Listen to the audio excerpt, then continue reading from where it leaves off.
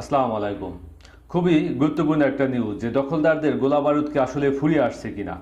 এখানে Wall Street journal তারা একটি নিউজ করেছে 1 ঘন্টা আগে। সেটা হলো তারা লিখেছে যে Israel is running low on defensive interceptors, মানে তাদের যে ডিফেন্স করার জন্য যে মিসাইলগুলো তারা ছড়ে আয়রন ডোম থেকে, অ্যারো 3 থেকে, তাদের যে আকাশ প্রতিরক্ষা রয়েছে সেই আকাশ প্রতিরক্ষার জন্য তারা আয়রন ডোম এবং অ্যারো 3 থেকে যে মিসাইলগুলো, ইরান থেকে যে মিসাইলগুলো আসে সেই মিসাইলগুলোকে তারা আকাশে ধ্বংস করার জন্য যে মিসাইলগুলো ছুড়ে থাকে, এই মিসাইলের যে মজুদ তাদের, সেই মজুদ আস্তে আস্তে কমে আসতেছে।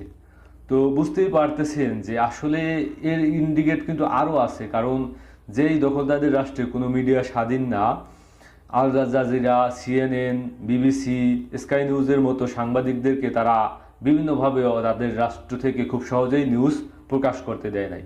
তো সেই জায়গায় এখন তারা সমস্ত রকমের মিডিয়ার জন্য তাদের দেশকে উন্মুক্ত করে দিয়েছে যে দেখো আমরা হামলার শিকার হইতেছি, আমাদেরকে মারা হইতেছে, আমাদের ভবন ধ্বংস করা হইতেছে। এভাবে বিভিন্ন রাষ্ট্রের কাছে বা বিশ্বের কাছে তারা তাদের উপর যে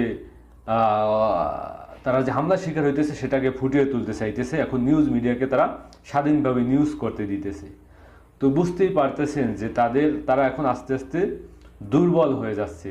এবং যে জিনিসটা বলা হইতেছে যে আসলে তাহলে আপনার ইরানের মিসাইলের পরিমাণ কি পরিমাণে মজুদ আছে, মোটামুটি এটা নিশ্চিত যে সর্বনিম্ন হলেও তাদের কাছে 20,000 মিসাইল মজুদ আছে। অনেকে বলেন 10,000, কিন্তু আমার কাছে মনে হয় না যে 10,000। অনেক নিউজে আসছে যে 20,000 মিসাইল তাদের কাছে মজুদ আছে। এ পর্যন্ত তারা যে মিসাইলগুলো ছুড়েছে সেই মিসাইলের পরিমাণ 370টি মিসাইল তারা ছুড়েছে। তো এই 370টি মিসাইল ছোড়ার জন্য তাদের কিন্তু আপনার ডিফেন্স করার জন্য এর সাথে তো আরও ড্রোন, যে শাহেদ 360 সেই ড্রোনও কিন্তু তারা ছুড়েছে। তো সেই জায়গা থেকে এই প্রত্যেকটা ড্রোন মিসাইলকে ধ্বংস করার জন্য তাদের কিন্তু মিসাইল ছুড়তে হয়েছে। তো তারা যে মিসাইলগুলো ছুড়ে থাকে তার প্রত্যেকটার দাম হলো $50,000।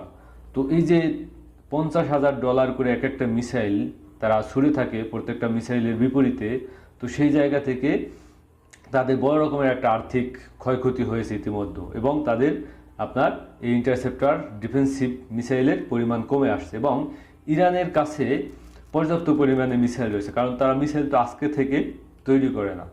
ইসরায়েল রাষ্ট্রটির জন্মই হয়েছে 1948 সালে। তো 48 সালে জন্ম নেওয়া রাষ্ট্রটা বিভিন্ন দেশ থেকে সাহায্য সহযোগিতা পেয়েছে, বিশেষ করে আমেরিকা থেকে। সেই আমেরিকা থেকে তারা কিন্তু গোলা বারুদ, অস্ত্রশস্ত্র, ট্যাঙ্ক, বিমান সব কিছু তাদের আমদানি করা বা আমেরিকার দেয়া। আর অন্যদিকে মিসাইল কিন্তু আপনার